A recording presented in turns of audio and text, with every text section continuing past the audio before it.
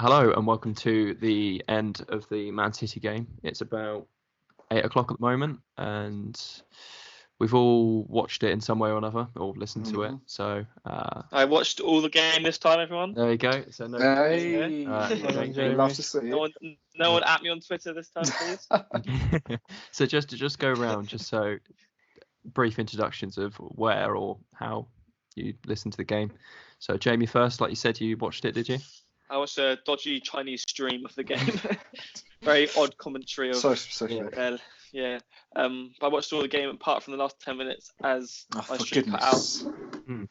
Same thing happened to Ollie. We're on the same stream. Yeah, me and Jamie watched the same stream. I think it's the last 5 minutes stream. that cut out. Well, we watched 85 minutes or so of it. Harry, how did you keep in touch with the game?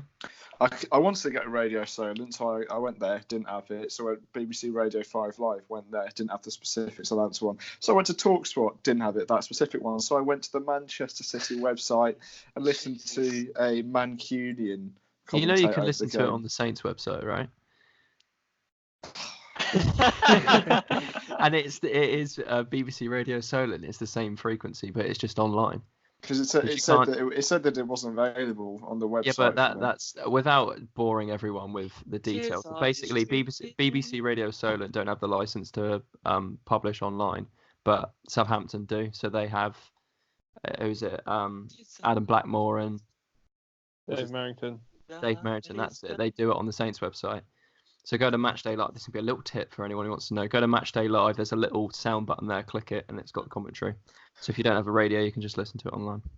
Yeah. And Mikey, you weren't able to listen to the game, were you? I was not able to listen to it because I was at the Mayflower watching Les Mis. So I have watched the 3-minute highlights on Sky Sports, and that's where I've made all my notes. 2:56. Yeah. Oh, I'm so sorry about that, Tizard. I'll try and get it accurate next time. Well, we can still talk about our thoughts of games. It doesn't really matter how much you watched, obviously. But still, so should we kind of go in order?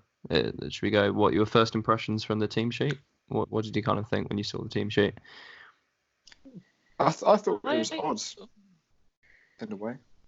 You thought it was odd in a way? You say ages to start, so I went through it. I thought it was odd, to be fair, because us going for both Vestergaard and Stevens, but I thought it was better for one of the other, but not both. But it seemed to work. Other than that, I didn't have any complaints. As much as lots of people don't want James Ward-Prowse to start, I prefer if someone else was given a chance. But Stuart Armstrong was given a chance anyway, so I'm not fussed that he starts because of the amount of ground that he covers.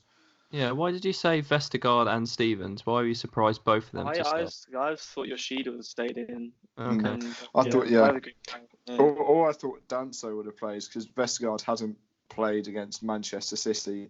And due to the fact that he didn't have a great display against Leicester either, I thought he was going to drop him and bring in Danso because he didn't have a bad game against Manchester City during the week. Stevens played quite well in the cup before, though, didn't he? And I think not dropping Stevens. I just thought he was going to drop Vestergaard. Oh, I thought he was going to carry on with Vestergaard, Stevens, or at least one of the one of the two, not both. But okay. And then we had Højbjerg at left back, which obviously the absence of Bertrand, it meant Vokins didn't come up. But yeah, so Mikey, Jamie, your thoughts on the lineup? Anything there? Like I said, I was a bit surprised seeing Vestergaard Stevens playing together. If that would really happen. But I liked how Gineppo was on the bench, came on the last bit of the game. A bit of a spring to it, but obviously not can really do much due to the scoreline. But I was surprised to see Valerie there, but he's only there because Cedric's injured. That's a bit eerie, but I think I'm a bit worried about is Valerie came off with an injury, so it's not too serious. Yeah. Although I think Cedric is back next game. Hopefully, yeah. Is it? So possibly, yeah. I think they are both training, but both. I like Armstrong playing in the 3. Yeah, I was quite happy to see Armstrong back. Mikey, your thoughts on the team sheet? Overall, it was a little surprising seeing Vestergaard back in there, but I think Vestergaard and Yoshida both had incredibly poor games against Leicester. So I was surprised to see Vestergaard in there because he was the one taken off against Leicester, with Yoshida being left on. But I think Ralph in the week he said that he'd lost faith in a couple of the players from the Leicester game. Yeah. I don't know if one of them is Yoshida, because he did have just such an awful game, and he's supposed to be the leader, the most experienced one in that back five and back four. So I can see why he got dropped. I was quite disappointed to see Højbjerg playing at left wing back. I would wanted to see Vokins play, actually have a natural there. I don't know. I think it was different. If it was a different team, he'd have played. But it's just where Man City's kind of Yeah, true. Okay, so we'll break it down into the halves first. Just go through overall impressions by the half, and then kind of go into the key moments in that half. So first half, overall impressions of the actual performance, because I was watching it and thinking it was fairly positive. I was quite happy with the team, how the team played, to be honest. Yeah. A good goal from, not say good goal, but good instincts from Ward-Prowse with the goal. Mm-hmm. I thought. Very happy. He's very sharp on the ball. Yeah. But apart from that, they played quite well in defence. I honestly thought Vestergaard had a really good game. Yeah, I did. Played very well. Yeah. It was. I think it's very positive to start seeing traits that we've seen in the past coming back again. Vestergaard doing really well with defensive clearances. Stevens making fairly good decisions. There was a couple of times he got caught out, but overall making good decisions. And I think Ralph today just told them, no nonsense, get it out if you need to. Don't make any. We weren't because we've been caught out trying to play quite expressive football sometimes. I think it has caught us out.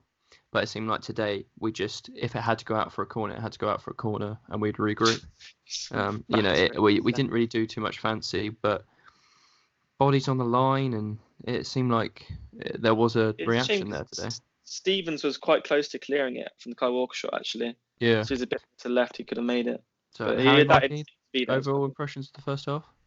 I was it was just really nice to see us actually have a shot from outside the box that hit the target. A lot of the times we don't even shoot from outside the box, and that's what Armstrong will bring. He will bring an attacking threat from midfield. And Ward-Prowse was very good with his instincts, got there reacted before all the City centre-backs, and managed to just poke it over Ederson. It does prove that Ederson's probably top 2 or 3 keepers in the league, but pouncing on mistakes and not giving too much respect to your actual opponent. Obviously, you have to gotta respect that they're good players, but they're not gods, are they? They are prone to mistakes, and in that case, we showed the hunger to actually capitalise from that point. Tizard, any other thing that we haven't covered? No, just what you were sort of saying, to be fair. The commentary did frustrate me because they said that Van was going to start at left back, centre back, with Bednarek at left back, and they were also saying how they were really confused how none of our players had ever scored in back-to-back games since Mane in 2015. It was said he's really shocked about that, but I think he misread the stats. I think he was talking about against Manchester City. But apart from Danny Ings has scored a commentary, that's what I mean. I think he means Danny Ings back to back. But I think after the goal, obviously there's a lot of backs against the wall. But the main words that I heard from them talk about us was commitment, and how all our players was really committed. That I really enjoyed listening to that from their perspective, because sometimes you can have a biased viewpoint looking from our point of view, but if they saw commitment and pride wearing the shirt, putting your bodies on the line left, right and centre, then it's a good sign to think for things to come, and it shows that they're still working for Ralph rather than waiting for a new man to come in. I think with the point of putting bodies on the line, I think we had 52 blocked 52. I think it was 52 blocks. I'm going to verify that stat. You sure? In the entire game. Not blocked shots, but 52 blocks overall where they did put their body on the line. Maybe it was crosses or shots or passes. Oh, yeah, there was a lot of times that I saw Romeo doing it, Stevens. Danny Ings was getting behind the ball and blocking some shots. But if it is 52, that is crazy. Touches, Man City had 889. Saints had 459. Yeah. Well, it's probably not that far off, because they had 26 shots and they only had 4 on target, and none of those were in the first half.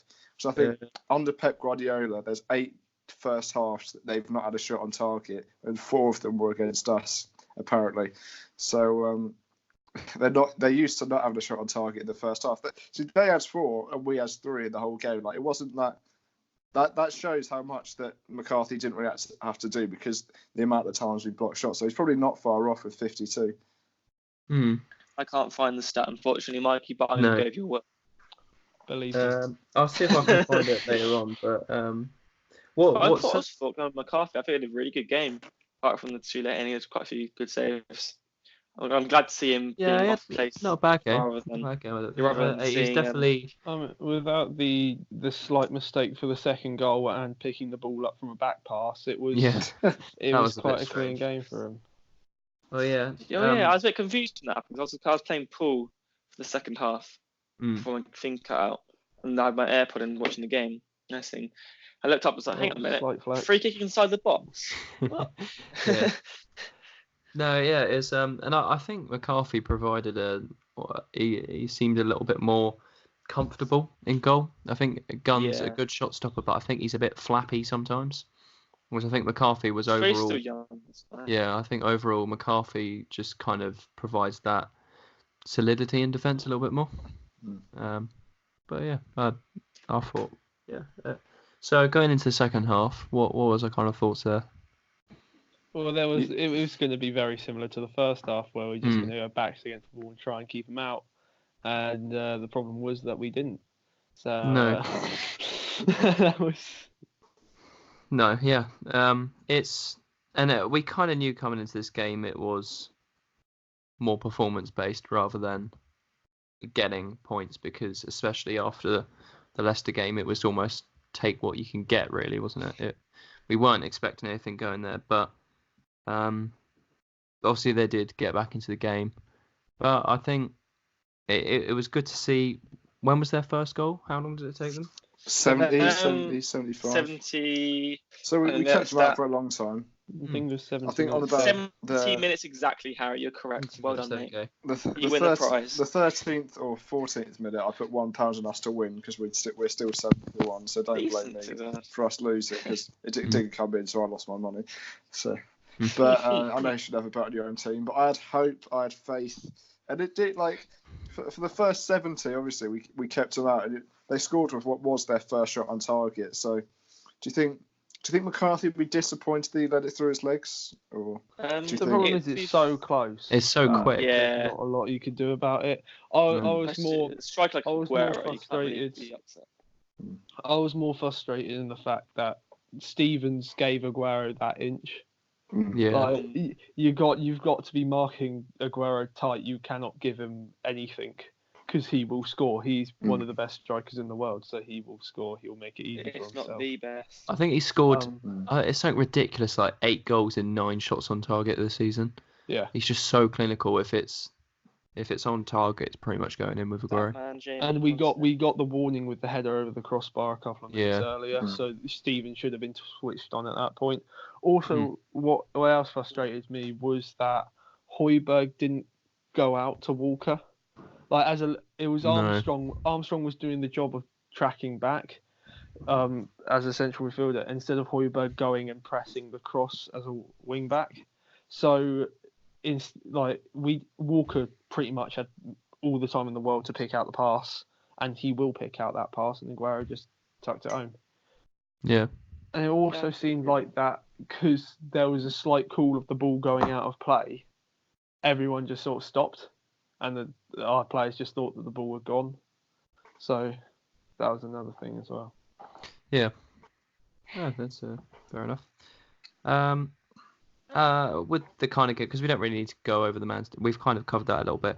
What does this result now mean coming back off that Leicester game? How does that change your opinion, confidence, things like that? What's your kind of thinking now? It's still frustrating to have been a goal up and then go 2 goals behind, but it's a slightly different situation with it being City. Yeah. And the fact that the players did seem committed, like put their bodies on the line, actually like looked like that they were passionate for the shirt. It's a positive that you can take from the game, even with the result being negative. And go on. Yeah, it's a similar thing for me, to be fair, because you want to know if that was a reactionary sort of performance from getting battered by Leicester, or if that's actually what's going to stay, if that's going to be consistent to be that level of committed like for the next 2 or 3 games. So after the next 2 games, I think it'll be a really good indication to see if they back up what they're saying and saying, right, we're committed, this, that, the other. But at the moment, you can't really tell, because after 2 games, that could just be a reaction off the back of such a battering, or really? Like I said, it could be. It could go through to the other side. Points. Sorry, I agree with that, but I just feel when you talk about how did you say it? Reactionary. Yeah, sort of. Because we've lost 9-0, then they've got that sort of not boost of confidence, because it's not confidence, but like boost of, right, this has got to change now. And then after 2 games, do you know if that's going to go flat again? But at least there is like a boost of some sort. Because you look at the Sunderland side that we beat 8-0. I think they went like 10 games unbeaten after that, and that was a positive boost. So I know we've lost this game, but maybe it could involve a positive boost to something else. City, the best team. Yeah, I'm never saying we're expected to go unbeaten. I just meant, like, it's impressive our levels of commitment in the next 2. Now, do you think that level of commitment's going to keep on going for the next 2 games? I just find it quite. Why do you say 2? Why do you reckon 2 is the point where it will suddenly leave? Don't you feel that? No, so I said we've had 2 games since getting battered. So that's just me pointing out that we've had 2 games since. Do you think that now it's? How long do you think that's going to last then? How many games from here till now? And then till now? Coming into this game as make or break, because we had the league run, which it was anything could happen, it doesn't matter. But the league game, I think, was the idea that it now counts, and people were talking about goal difference as well, and saying if we go there and get battered again and try and play good football and get battered again, then it puts us in a really bad position, because not only are we low on points, we're low on goal difference, but the fact that we are seeing a good reaction, we're seeing positive signs, we're seeing good performances by players, shows that we are capable against big teams. Now, I will start to feel a lot more confident if we can show that same sort of level of reaction against middle and lower teams, because I know this style of football is based up against playing against big teams, and the fact that we'll press to try and get goals and take our off chances and things like that. But I would only really feel confident, or starting to feel much more confident, when I start seeing performances against all kind of ranges of teams, because I think Everton will be a really interesting game, because they're a team low on form, but we know they're good in quality. So how will we play it? Will we try and get more possession, or will we do like we do and try and keep a clean sheet, or keep the lack of goals down and try and get these goals through pressing or hard chances? Can we take a game? Because that's the one thing I don't think I've seen. I don't think we've seen us take a game to a team really that well. I think we're happy to give up some possession or use our pressing style and not really take a game and stop it, Jane. Honestly, I think we have taken the game to other teams, but we haven't done it for the majority of the game. Like you see in the first 10 minutes of halves, we take the game to other teams, and then it sort of drops off as the players' fitness drops off. So I think we'll see quite a similar system to today. Obviously not as defensive, but we'll see a similar system to today. And I think the Everton do like to play the possession football, try and play the ball around. So I think we can get a positive result against them because of the way that we play. Where was I? I was talking about how we could be... But teams like Wolves, they're happy to not have the majority of possession and play that controlling attacking football, which we haven't really done that much before, or not by choice anyway, but part of Ralph's style might be giving up possession or giving up that attacking control in order to get breakaway goals and goals by pressing. How do you reckon fans would react to that style of football if we progress with this? Do you reckon it's only temporary, or is this the style that we're now going to go for? I don't think fans really care, because we've seen the fans that have been picky under Puel. You've seen the picky, like, defensive-minded football, and now the situation that we're in, where we've played the defensive-minded football and we've got nowhere, and we've actually gone backwards. I don't think fans will really mind about the style of football as long as we're getting the results. But at least that's the point that I'm going to come from now, is that I don't really care how we'll play as long as we actually get a decent result at the end of it. Okay. So, because it seems like, with Puel style football and things like that, fans saw the style of football as a reason for him to leave the club, because it wasn't effective with Southampton, or it was uninteresting to watch. I think, and Ralph's style is quite how would you rate his style of football to watch? Do you think it's very entertaining? It's exciting. I think it's exciting to watch, because I understand the fact that we're playing quite defensive with 5 at the back, but I think probably the most exciting types of goals that you see are the quick breaks, the 5 seconds up the pitch, where you see Redmond run across the length of the pitch, find a pass, and we score from it. Yeah. I would say that's the most exciting football goals can get, apart from bicycle kicks, 30-yarders, Yeah. So Shane Long. Shane Long, 94th minute against Liverpool at Anfield. Yeah, brilliant. That was a counter attack. That was Josh Sims. Yeah, and that was under Puel. And that was under Puel. Yeah. Whoa, there we go. Puel, boring. Sacked from us for a reason. Sacked by Leicester for a reason. Look at Leicester now; they're thriving, and so are we. Yeah, I wouldn't say thriving. It's interesting you bring up Leicester, because a couple of seasons ago, how long ago would you say we were on par with Leicester? Where was the point where you could kind of say? I wouldn't say we were ever on par with Leicester. The season after they won the Premier League, I think we were the same par as them. It's playing Champions League football, but then they lost Mahrez. But then before that, no, really. Because they had a quality striker in Jamie Vardy. They obviously got some money for selling off Mahrez and Kante. But yeah, I think they're same sort of ground, same kind of size fan base. Maybe they're possibly bigger, but I think it shows that under good management and a couple of players or transfers to hit right, and you can really go up the league. The thing is with Leicester is, yes, they didn't keep Kante, and yes, they didn't keep Mahrez, but there's always out there a creator of goals or a ball winner. There's maybe not as good as those two, but there's always something out there that can replace them. With a goal scorer, there aren't many. There aren't many that consistently hit 15, 20 goals a season. That's the problem. We didn't replace Pella, who would get 10, 15 goals a season. Or Mane, who would do it. We didn't replace that. They've never had to replace Vardy. So it'll be interesting to see when Vardy either does lose his pace or does retire. What will happen to Leicester? Because recently, who can you think is going to replace his style of football? Because before him, I never realised, I never really had anyone like him. I could see Callum Wilson maybe doing it, but that would depend what stage Bournemouth's at that point. He's too thick. Jamie Vardy's skinny, fast. Sorry, so because he's not the right body type. No, honestly, seriously, Jamie Vardy. To be fair, I can see what he means, because he's not just Vardy's flat out pace and a finish, whereas Wilson's more of he's quick, but he's not as quick, and he's a bit more of a physical.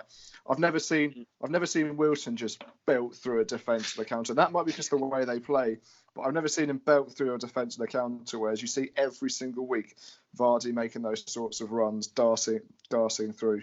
So I think Jamie's right. As much as it pains me to say. And that's the end of the podcast. Wait. I don't think Jamie's right is the best, but I think you agree with Jamie's opinion. Whoa. I don't think it's a unanimous, because if Mikey disagrees, it's not technically right. It's just you agree with Jamie. Hang on, Ollie, you're wrong. Okay. I believe that he is okay. Right, I believe that he is right. I don't think Jamie's ever okay. I was a bit that you were like, yes, Jamie is right. And I was like, well, hang on a sec. No, but he raised a good point, and that's hard to come by. Yeah, it's not a good point. So I just tried to... I'm sorry. No, I'm not taking this by the fact that Jamie's just talked about that Jamie Vardy's skinny and Callum Wilson isn't, and means he's right. He is right. In that terms, he's right. But the way that you talked about it, Tizard, he is not right. Yeah. Okay. There's my point. Last time I'm speaking on this podcast. No, I don't quite know where we're going with this. So, Everton game. Do we go for? How do we play it? What would you want to see? How does the tactics differ from today compared to next week? I don't know. I think that's something. My problem is I didn't watch the game. Into in the next podcast where we've got more time to deliberate over the players that we've got to select, depending on the injury list that we have. Yeah, it depends how Gineppo and Cedric are doing in training as well. Okay. The more that comes out the club over the week, the more we can sort of talk about how we expect the game will go. Okay, so all right, I'll go at a different angle. After Leicester game, your thoughts on staying up this? No, not staying up, but just a confidence in the team compared to confidence in the team now. Where were you and what are you now? If you had to rate it or explain it, where were you and what are you now? I'm very happy. I'd say this is today. Scale of 1 to 10. Yeah, you can do it in 1 to 10 if you want. Very happy to be 9 and 10, but it's a number now as well. So I'm happy because everyone showed some passion, whereas Leicester everyone just gave up and really didn't give one anymore. In fact, like Stevens is actually playing well. Whoever thought that would happen? So that's why I'm happy with faith with Alson. I always Mike, have he faith. said that a few times. I think he may have said that soon, but never mind. Yeah, I'm happy. I don't think we'll get relegated anymore.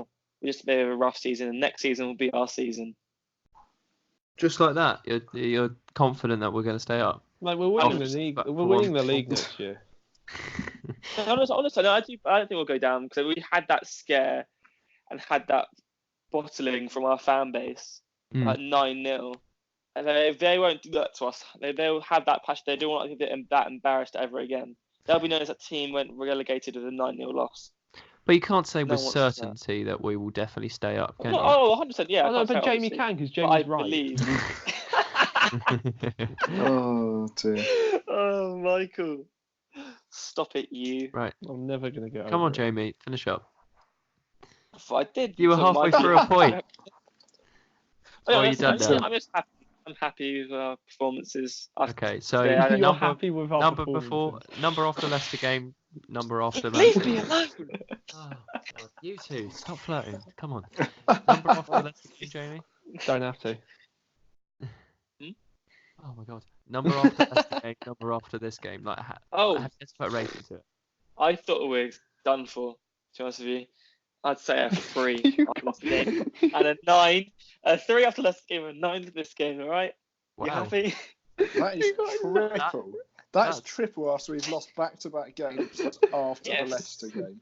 Back-to-back. I'm aware of this. But it's called having faith in your football team, Tizard. Well, I've had faith in floor. I've had faith and I've been slaughtered. But I've gone from a 4 to a 6 because we still haven't scored a well-worked goal from open play. So that's my only concern is the fact that I haven't seen us, masterfully create a goal. But I'm not expecting that against Manchester City. I'm not saying that. But I'll say after the Arsenal game, that's where I can start saying for definite in my eyes whether we'll stay up or not. I think we will, but that's also the happy clapper inside of me. So it's good to say. Okay, Mikey, what would you say? It probably went from a 3 to a 5. It's an improvement, but again, it's another game without a win. It's another game without a point.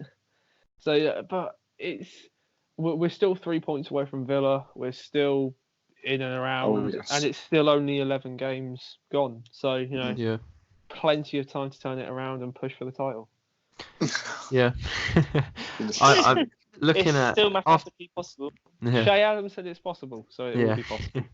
Well, after the Leicester game, I was commenting the fact that this looked like a relegation side. The fact that you could just give up midway through a game, that it looked like, it really spoke to me and really troubled me that we could go down. So, like you guys, I think it was a 2 or a 3 for me coming off the back of the Leicester game, thinking this looks like we are in trouble. To see this lack of commitment and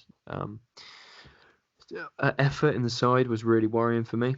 But up to now, I'd say probably I'm reassured that the squad still can pull off performances, but I'd say probably about 6, because we've still got mistakes still happen. Stevens is kind of office man. Not so much mistakes, just that confidence in seeing out a game and having that attention span. I mean, McCarthy just picking up the ball after a pass back. It's just concentration. That concentration just drifting off for the last 20 minutes of the game.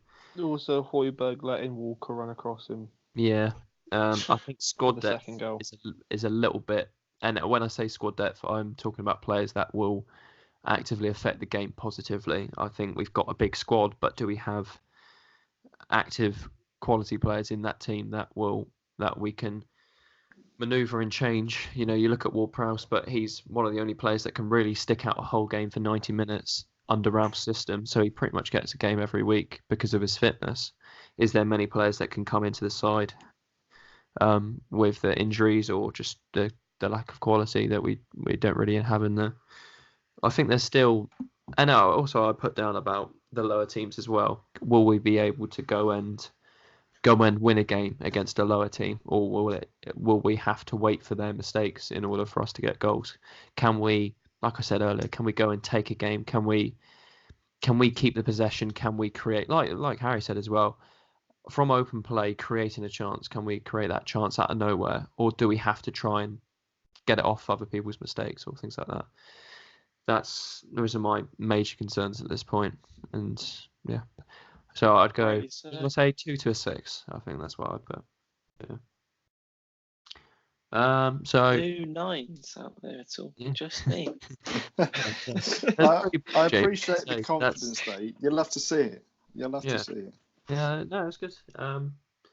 Is there any concerns that you have, Jamie? Because you said a 9, which obviously is quite high. What are your concerns? That's one off of 10. What is your one? Yeah.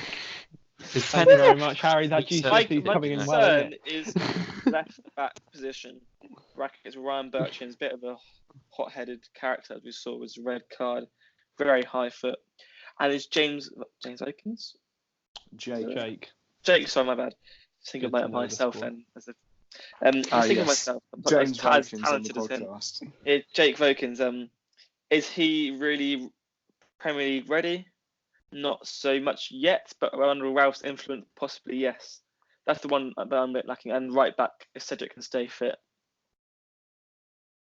because there's no backup, because Jan Valerie's a bit meh. So do you have no confidence in it? Just a general question. Do you not have any confidence in Jan Valerie? I do have some confidence in it. It's just his attitude towards some games. It's very, as you can tell, he's quite a young player still. He needs to build up some stick. But the attitude he shows in some games is a bit, what are you doing in a way? I think what happened is, where he's had that big jump from playing, and he's had that big jump into the Premier League, where you think, oh, he's the big I am. And you think, oh, I can get away with this now, and he really can't. I mean, mistakes could have made in under 23s. Do you think that's because he used to be the best player in the under 23s? I'd imagine, and I'd be off say to now one of the and probably the most experienced as well in the under 23s, to the least experienced in the first team. Not a weak point, because that's unfair, but on the defensive side anyway, it's not his strong suit. But I think Valerie came out in an interview last year saying that he found the physical elements of the game quite easy. It was just the technical elements that he couldn't really get. Right. So I think that's one of the things that he does have to look at, in the fact that sometimes when he does try and clear a ball, it doesn't really go, or he mistimes a header or something. Like, there are things that he does improve on, but that's being a young player, that's having the experience of the Premier League. and working under a quality manager. So it will. I'm sure Valerie will come good, but at the moment, Cedric, if he's fit, he probably should start ahead of him. It will come. Hopefully. Okay. Well, what do you think of Che Adams then? He's been left out of the squad quite a while now. Do you think he was a failed signing, or is he still getting his way in the Saints shirt? No, his pre-season was good enough to actually, He just uses all his goals up in pre-season. But I think he's still how young is he? He's 22. He's still 22. young. 22. So we could put him in our under 23s for another couple of years. It's an expensive signing, but to get a proven goal scorer, you need time, you need confidence, and the fact is that Danny Ings is on. We should play him in our under 23s then. Well, I think if that's what he needs to get some confidence up and get some goals in the back of the net, then possibly. I don't think it's a. I don't think. Remember in the 2017-18 season, Shane Long only scored 2 goals in 34 appearances. Yeah, so he's still got lots of time to score some goals. And where would you say he's in the pecking order? And also I think another disadvantage of playing 5 at the back is it takes a attacking player out the squad, position, and it possibly means that we may not. I'm not too sure actually. I think at the moment it does seem like it's Ings, Redmond, Long, Boufal, and then it's Adams. Because you think if there was any time to play Adams, it was up front with Long against City in the Cup, and he didn't play him. He still kept him on the bench. Yeah. So I think he's probably under Boufal up front as well, which is quite worrying for a new signing. Obafemi when he's fit though. Yeah, I thought he was fit anyway. I think they're just not playing. They're probably just not using him. Maybe. Well, maybe that's what he needs to get. Because he doesn't come off the bench as well when he's on there. He rarely comes off the bench. Has he made an appearance off the bench? In the Cup against City, he came off the bench. And is that it? There's another game as well. Did he come off the bench against? No, he started that game.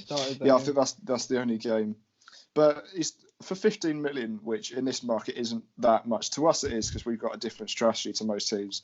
But for 15 million for a 22-year-old, it's not a short-term signing. It is it's a long-term signing. So he's got plenty of time to prove himself, and that's just we're just going to have to be patient with and wait.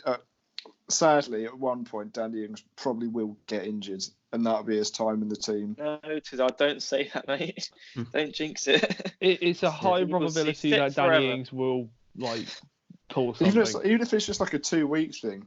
Yeah. It's just natural in players. Players will. It just moves them up the pecking order, doesn't it? You think even if it means Shane Long and Obafemi start, it still means Che Adams will be on the bench and will possibly come on if we need to change something. It just changes that order around. And you think Newcastle, how much they spend on their new one up front? Joe Linton, 40 million. He's got 1 goal. What about? To be fair, I did win the game against Tottenham. So. Yeah, but not for 40 million. He's probably younger than him, isn't he? Yeah, and I think they're in not similar situations, but not to go off the topic, but because Newcastle don't have any sort of, because he's the lone striker, he's up there by himself. Yeah. He doesn't get a lot of service. I'm not saying Che Adams does it, because he certainly hasn't. He certainly did, but he just got unlucky. But it's that sort of bedding in process, and I feel sorry for him because he was sort of the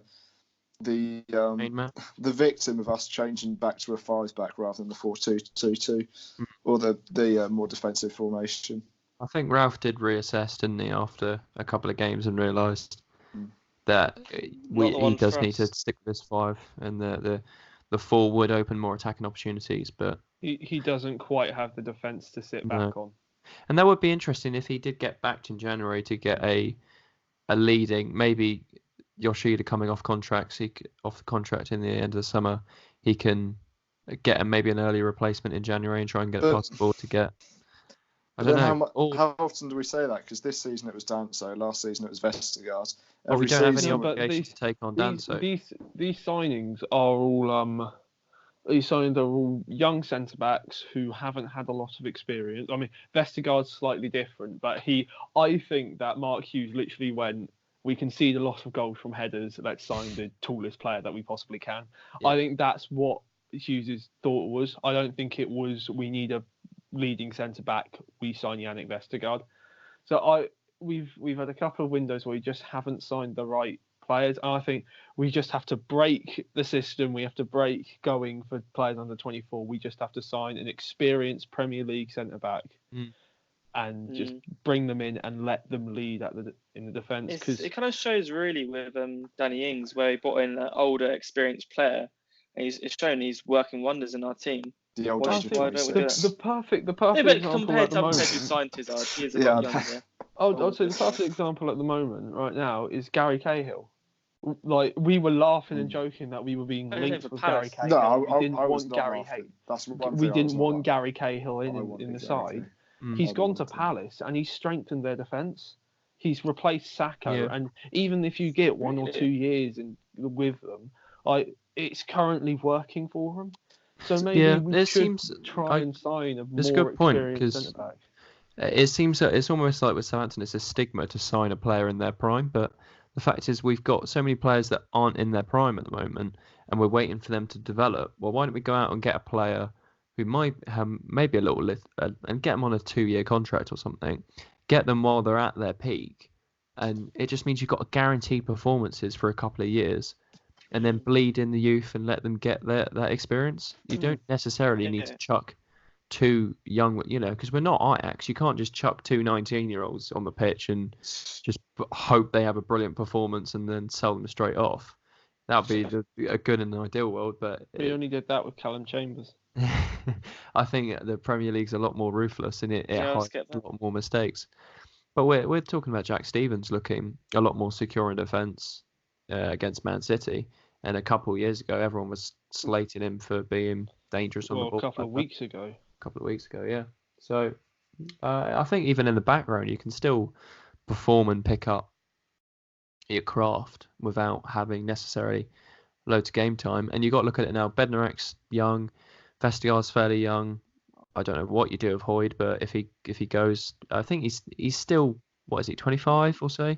He's still young. Yeah, I think you look at defenders, you think 27, 28 is when they really kind of should be hitting on. And I think the fact is that from when Fonte went, he was our leading captain centre back, and he was the kind of the focal point in defence. I know he had good centre backs next to him, but we kept signing players that worked well with him, and Fonte was the main man. And I think although your sheet is experienced, that doesn't necessarily make you become a leader. Yeah. I don't think he's a very powerful person in the dressing room. I think he's a role model, not a leader. Yeah, he's a role model. I think he's fairly reserved.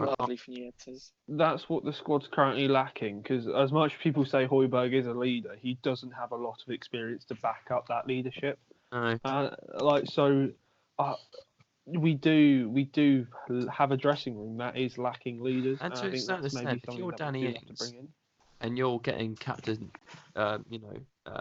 Højbjerg's bossing you around as captain, but you're looking at him thinking, I'm 4 years older than you. There might be a little bit of are Højbjerg's points kind of poignant of being a 24-year-old captain? I know it's Danny Ings for captain. Easy way forward. I don't know. I'm not sure, but I think it would be good to have. I'm not saying change captaincy. I'm just saying just bring in a couple of leaders, bring in a couple of experienced players that can demand more from the players, even if it is like just a couple of people who United want to throw out of the club, or like a couple of people that Chelsea want to throw out. Like, just sign them up, because they can be. Victor Moses. No. Victor Moses bring leadership. Chelsea players being thrown out. We've named one person in Gary Cahill, and the problem is people don't just chuck out leaders for free, and also you've got to earn being a leader in your team, so that would take time as well. That's the thing. It's not as simple as who's got 20 leadership on Football Manager, right? Let's get him in, and it'll tell it is as simple as that. You just have to set. That's what you do, isn't it? That's what the black box is. That's what I do when I'm playing Football Manager. It doesn't work with us, sadly. I think what me and Mike are going on the fact is, if you get an experienced player, their leadership comes along a lot better. because you can learn from that player. Whereas if you've got someone who's 19 coming in the door, and yes, he might be a leader for his team when he played in Denmark or wherever we've plucked them from, it doesn't necessarily mean they're going to walk into that squad in Saints training and be able to boss everyone around. We were very, Van Dijk was obviously commanding at Celtic, and because he's a very ambitious player, and he always talks about the fact that he was looking for the next step. He probably walked straight into Southampton and became a very confident and oozed confidence to everyone else. And the fact that he moved straight on because he was confident in his abilities, moved on. But you look at the players we've got at the moment, I think they're all looking round to each other for someone for that reassurance. And you can only get so much from a manager. You need someone with confidence within themselves on the actual pitch. And if that's the best way you can get that, I think me and Mike are talking about, is getting a player with experience who's been there before. Because at the end of the day, Ralph is playing teams he's never played before. So he hasn't really got that experience, and it might be good to get some experience through the door. Gary Cahill's a very really love. I didn't realise that this podcast was going to mention Gary Cahill's name, but he's a very different player in the fact that he's won a lot. He's won everything that you can win in the game, and that's the reason why he's respected. I know it'll be very difficult to try and find a player like him, but just someone who can walk into any dressing room in the Premier League and be respected. That's what you need. Someone who can do that. Imagine if we got Wayne. I know there's not many, Harry. I know there's not many, but maybe it's a coach. Even if you've got a defensive coach, because currently we've got two goalkeeping coaches as assistant goalkeeper. If we just had a respectable like a defensive coach, maybe possibly that could be an improvement. I don't know. Imagine if we got Wayne Rooney instead of Derby. Oh. Imagine that.